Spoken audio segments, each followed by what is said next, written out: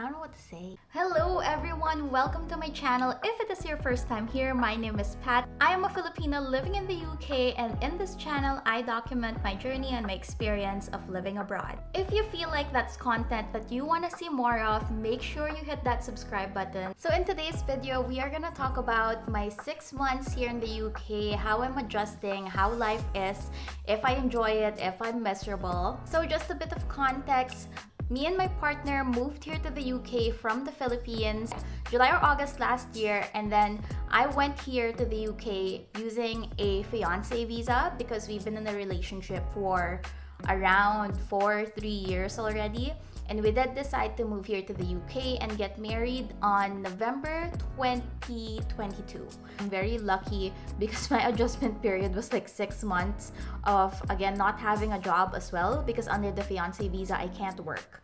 I do want to put a disclaimer that obviously everyone's migration story, everyone's experience of living abroad will be different from each other, and that's beautiful, I believe. I'm only here to document my experience. Everyone's experience is gonna be different. This video is gonna focus on my personal experience on moving here to the UK. The first adjustment that I want to talk about is the weather. So you know what to expect, you know what clothes to bring. In general, here in England, it rains every day, which is so different from the Philippines because it's always sunny, it's always hot. Here in the UK, you have to check the weather basically every day to know if it's gonna rain, or if it's not gonna rain, or if it's gonna be windy, because it will affect your outfit for the day. I know it sounds a bit shallow, but it does affect like what shoes you're gonna wear, what jacket you're gonna wear, how many layers you're gonna put on. I do want to say though that I have lived in Canada before, so the weather adjustment wasn't that bad. I stayed in Calgary before with my aunt. Luckily here, it's not like Calgary weather, -40, -50 degrees. Here at most, especially during December of 2022, the coldest we got, I think, is around -8 or so. So the weather is not that bad. Alright, next adjustment that we need to talk about is the people or the social adjustment, like how I'm acclimatizing with socializing with other people here. I do want to note down that I do not have work at the moment because the fiancé visa, the visa that I initially had, doesn't allow me to work. But now that I have my residency card, which is woohoo, which means I could work. So I want to put that disclaimer out there that I don't socialize that much here, which is a big adjustment for me because my friends in the Philippines, you guys would know I'm very sociable. Every weekend I would have a brunch scheduled, I would have a dinner scheduled, but in terms of like getting along with people you see on the street and stuff, the thing I've observed is that British people are generally, they have a mind your own business mentality. Unlike in the Philippines, wala masyadong marites dito. You don't have a lot of people who are nosy, who want to get into your business, who are like, oh, what do you want, what do you do, what are you doing here and stuff. I wouldn't say there's a lot of people here like that.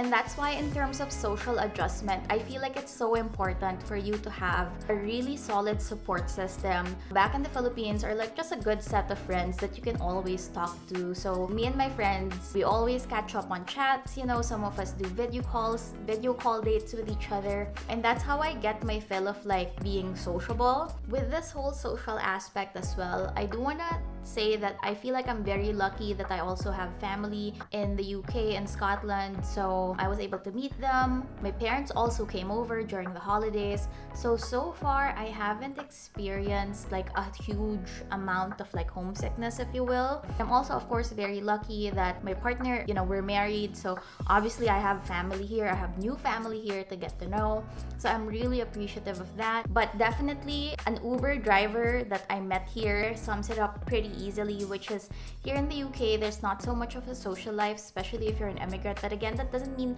it's for everyone. I'm sure there's other people who have friends out there. But what he was trying to tell me was like, here in the UK, it's mostly you go to work, then you go home, then that's it. For my experience at the moment, again, this is my first 6 months. I'm sure this will change in time. Not a lot of social stuff going on is what I'm trying to say. So I think it's very important that you visit Hobbycraft, the works, and like, you know, basically look for a hobby to fill up your time, because you do have a lot of time on your hands, especially because you're not stuck in traffic for 2 to 3 hours a day. You have that time to like For me, I used it to create more content, binge on Netflix, focus on my blog, do videos like this. So definitely in terms of like social adjustment and time, that's what I feel like the major change was. All right, the third major change that I want to talk about is the accent. If you guys have checked my blog, it's patherb.com, you would know that I had to take the IELTS A1 life skills test to apply for my fiance visa. So they want to know that you can speak in English, but I do want to put a disclaimer out there in the world that depending on which area of the UK you will be living at, the accent will be different. So even if you know how to speak English, even if you know how to speak in good English, the accents can be so thick, especially the northern up you go in the UK. I've visited my family in Scotland and I've heard how Scottish people talk. I do have a difficulty because the accent is so thick. But the good thing about this is that in the UK, you can generally just ask people, oh, I'm sorry, could you slow that down? Oh, I'm sorry, I didn't catch that. Would you mind repeating that again? And they completely understand because obviously you're an immigrant. They're very lenient with that. Like they don't mind saying it again or they don't mind clarifying that again. And it is true. Whichever area you go to, everyone has their own accent. So people in Birmingham have their own accent.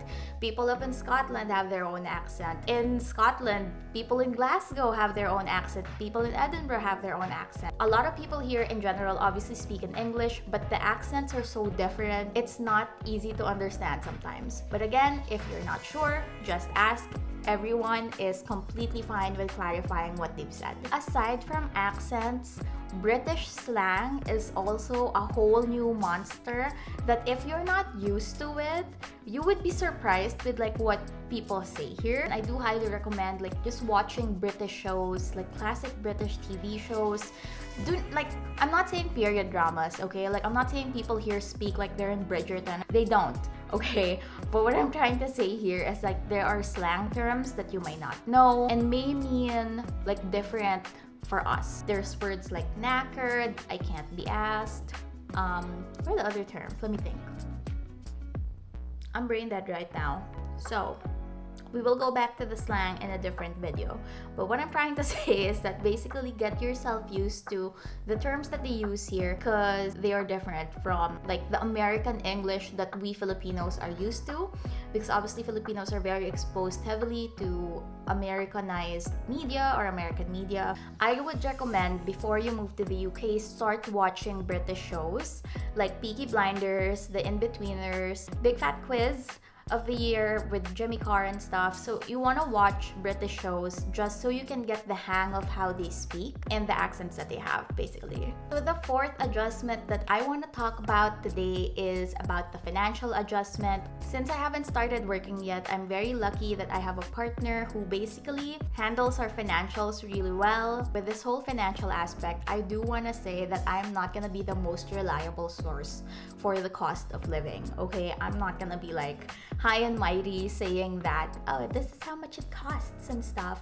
But one thing I will say about the financial adjustment here is that online banking is so huge here. So when I went to the UK in 2020, before all of the lockdowns happened, I went to a cafe in London and I had like £3, coins. And basically the cashier told me like, oh, we don't do cash, we only do contactless or card. So there are a couple of stores here in the UK that do solely card stuff. I think that's one of the major adjustments that I had to get used to, especially since in the Philippines, it's still like, we're still very cash-based. We're not so big on cards yet. So I would say that's one of the biggest adjustments that I've had. Like, I have to carry my contactless card with me anywhere. Another adjustment that I want to talk about is the food, because your girl is a foodie. This is the one thing a lot of people ask me about. If the food here in the UK is like tasteless or, the stereotypes. I feel like I want to tackle that solely in a different video. But I do want to say in this video that those stereotypes are a bit questionable. Some of the food are actually really good. They're really delicious. I understand where the stereotype comes from, that you're missing that sense of umami, that sense of flavor. But the good thing about food is that, let's say if you're looking for region-specific food, they would usually have it in an Asian store because the communities here in the UK are turning very, very diverse. Another thing that I want to talk about is my skincare routine. I know it sounds very shallow, but this is one of the major adjustments as well. Since I moved here to the UK, I've been more OC with how I take care of my skin because the weather is so harsh. It's always dry, it's always freezing cold. So you need your moisturizers and your serums now more than ever. And yes, of course, I still use products with SPF in them. At night as well, I do my whole routine still, and I also do some extra moisturizing just because I feel like my skin here is so dry. I checked other Filipino creators and their videos like this, like adjusting to the UK. Some of them did tackle like some racism, and obviously this is a very touchy topic, but definitely needs to be talked about. Based on my first 6 months here, I haven't experienced anything yet. Of course, I consider myself very, very lucky not to experience any of those. In the city that I'm at, which is in Coventry in the West Midlands, the community is very diverse, so you do have a lot of different nationalities. One thing I will say is that once you tell people that you're Filipino, they will say, oh, are you a nurse or are you a caregiver? Honestly, like, you know, huge shout out to all our nurses, to all our caregivers anywhere in the world, giving us like, you know, such a big reputation in that aspect. But again, that's not really racism, that's just like, you know, a stereotype. So that has been my 6 months of adjusting to life here in the UK. If you guys want to read more, you can check out my blog. It's patherb.com. Of course, I do want to know your thoughts, so do drop them down in the comments below. Let me know what videos you want to see. If you did enjoy this video and you want to see more of the antics that I'll get into here, make sure you hit that subscribe button, press the like button, press all the buttons, guys, except the dislike button.